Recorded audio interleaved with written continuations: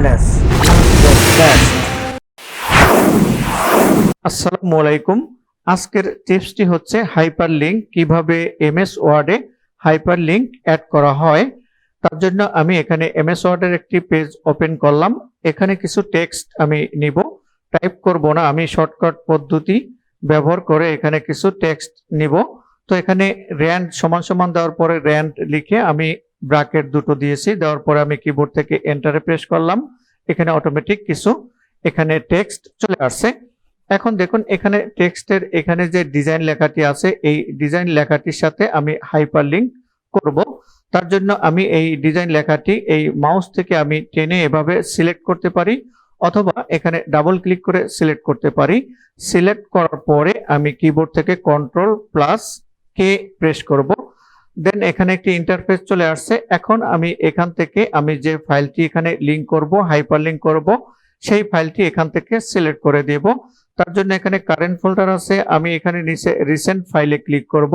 এই রিসেন্ট ফাইলে ক্লিক করার পরে দেখুন এখানে অনেকগুলো ফাইল আছে। আমি ধরুন এখান থেকে এই যে উপরে যে ফাইলটি আছে এই ফাইলটি এখানে লিংক করব।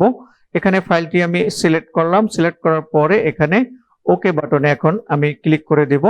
ওকে বাটনে ক্লিক করলাম, এখানে কিন্তু লিংকটি হয়ে গেছে। এখানে কার্সারটি রাখার পরে দেখুন এখানে কিন্তু লিংকটি দেখা যাচ্ছে।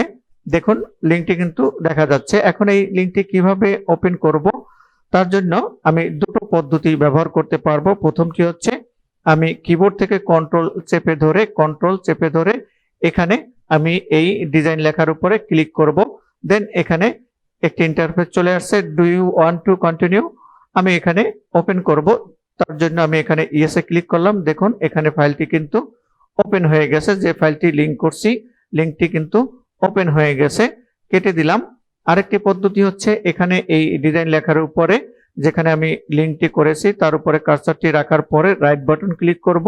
রাইট বাটন ক্লিক করার পরে দেখুন এখানে ওপেন হাইপারলিংক, এখানে ওপেন হাইপারলিংক আছে, এখানে আমি ক্লিক করব।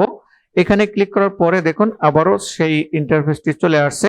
এখানে do you want to continue, আমি এখানে ইয়েসে ক্লিক করলাম। দেখুন এখানে কিন্তু লিংকটি চলে আসছে। আশা করি বুঝতে পেরেছেন কিভাবে এমএস ওয়ার্ডে হাইপারলিংক করা হয়। ভিডিওটি যদি ভালো লেগে থাকে তাহলে please like, comment and share. এছাড়াও আপনি যদি এই চ্যানেলে নতুন হয়ে থাকেন, এখনো আমার চ্যানেলটি সাবস্ক্রাইব করেননি, এখনই সাবস্ক্রাইব করে নিতে পারেন এবং পাশে থাকা বেল বাটনে ক্লিক করে অল বাটনে প্রেস করে রাখুন, যাতে পরবর্তী ভিডিওর নোটিফিকেশন অটো পেয়ে যান। আল্লাহ হাফেজ, ভালো থাকবেন।